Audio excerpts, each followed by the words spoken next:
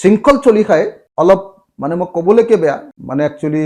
শৃংখলৰ নিচিনা একেবাৰে নপঢ়া নুশুনা ল'ৰা একেবাৰে বিষয়বস্তুৰ জ্ঞান নথকা অন্নবৰতে উটি ভাহি পোৱা আৰু সদায় নিজৰ কামৰ জৰিয়তে চৰকাৰৰ সুযোগ তৈয়াৰ কৰি দিয়া আৰু সেইটোকে জীৱনৰ লাইভলিহুড ৰূপে লোৱা মই জানো যে শৃংখল চলিহাক হিন্দু মুছলমানৰ কাজিয়া লগাবৰ কাৰণে মুখ্যমন্ত্ৰীয়ে পৃষ্ঠপোষকতা কৰিছে শিৱসাগৰত মই জানো মানে নহয় হিমন্ত বিশ্ব শৰ্মাই নিজে কৈ দিছে যে মই শিৱসাগৰত মিয়াখেদা আন্দোলনটো মই পৃষ্ঠপোষকতা কৰিছো পৃষ্ঠপোষকতা মানে আপোনালোকে নিশ্চয় জানে পৃষ্ঠপোষকতা মানে কামটো কৰিবলৈ উৎসাহিত কৰা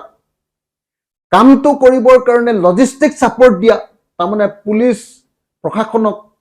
সহযোগ কৰিবৰ কাৰণে নিৰ্দেশ দি দিয়া আৰু কামটো কৰোঁতে যিবিলাক খা খৰচ হয় সেই খা খৰচবিলাক দি দিয়া এটোকে পৃষ্ঠপোষকতা বুলি কয় নহয় জানো এটা পৃষ্ঠপোষকতা নহয় জানো আমি সকলোৱে জানো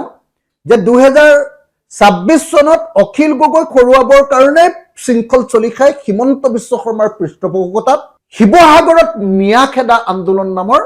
এই হঠকাৰী আন্দোলনটো ঘৰ জ্বলোৱা আন্দোলনটো তেওঁলোকে মানে জাতি আৰু জাতিৰ মাজত কাজিয়া লগোৱা এটা আন্দোলন তেওঁলোকে কৰিব কৈছে এটো আন্দোলন নহয় এটো নৰাজ্যবাদ আমি জানো যে তেওঁৰ এজেন্ডাটোৱে হ'ল যে 2021 পৰা 2026 লৈকে যেটো অখিল গগৈয়ে অসম বিধানসভাত আটাইতকৈ বেছি ভূমিকা পালন কৰিলে অখিল গগৈয়ে যেটো বিজেপি চৰকাৰক আটাইতকৈ জবাবদিহি কৰিলে অখিল গগৈৰ যুক্তি আৰু তৰ্কৰ সন্মুখত হিমন্ত বিশ্ব শৰ্মা খাৰা হ'বলৈ অসুবিধা হয় গতিকে 2026 চনত যিকোনো পৰিমাণে যিকোনো প্ৰকাৰে অখিল গগৈ বিধায়ক হিচাপে বিধানসভালৈ পঠিয়াব নালাগে এটো হ'ল হিমন্ত বিশ্ব শৰ্মাৰ এজেন্ডা আৰু সেই এজেন্ডাটোকে যে শৃংখল চলিহাই কাৰ্যকৰী কৰিবলৈ গৈছে সেইটো খাটাং কৈ আছে যে অখিল গগৈ কি 2026 চনত শিৱসাগৰত কি ব্যাপক কি ৰাজনৈতিক পৰিৱৰ্তন কৰিবৰ কাৰণে তেওঁ কাম কৰিছে হয় আমি জানো যে তেওঁ শিৱসাগৰ বিজেপি আৰু আৰএছএছৰ হাতত তুলি দিবৰ কাৰণে শিৱসাগৰত অখিল গগৈ অসমৰ এই সময়ৰ সংগ্ৰামী ইতিহাসৰ যিজন আটাইতকৈ বেছি সংগ্ৰামী মানুহ সেই মানুহজনৰ হাতৰ পৰা মানে আঁতৰাই অসমৰ ইতিহাসৰ আটাইতকৈ ডাঙৰ হত্যাকাৰী সালফা এজনক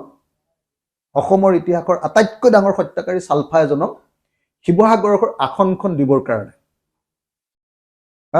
যাতে একেলগতে তেওঁলোক দুইজনে লগ লাগি গোটেই ব্যৱসায়ীবিলাকৰ পৰা ধমকি দি পইচা উঠাব পাৰিব ভৱিষ্যতে সেইকাৰণে তেওঁ এইবিলাক কাম কৰি আছে শিৱসাগৰত এইটোতো খাটাং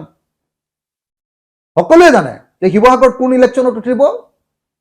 জানে যে অসমৰ ইতিহাসৰ আটাইতকৈ দুৰ্ধৰ্ষ সন্ত্ৰাসবাদী মানুহ মৰা উজনি অসমৰ আটাইতকৈ বেছিকে মানুহ মৰা সালফা এজন বিজেপিৰ পৰা উঠিব আৰু সেই বিজেপিৰ সালফাজনক